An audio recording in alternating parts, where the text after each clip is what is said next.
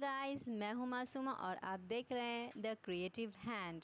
I hope आप लोग अच्छे होंगे और घर पर सेफ होंगे। बिना देर के हुए चलती मैं अपने चैनल की तरफ। अगर अभी तक आप मेरा चैनल सब्सक्राइब नहीं किए हैं तो प्लीज़ प्लीज़ प्लीज़ मेरा चैनल सब्सक्राइब करें एंड हाँ, वहाँ पे एक बेल आइकन भी है, उसे हिट करना ना भूलें।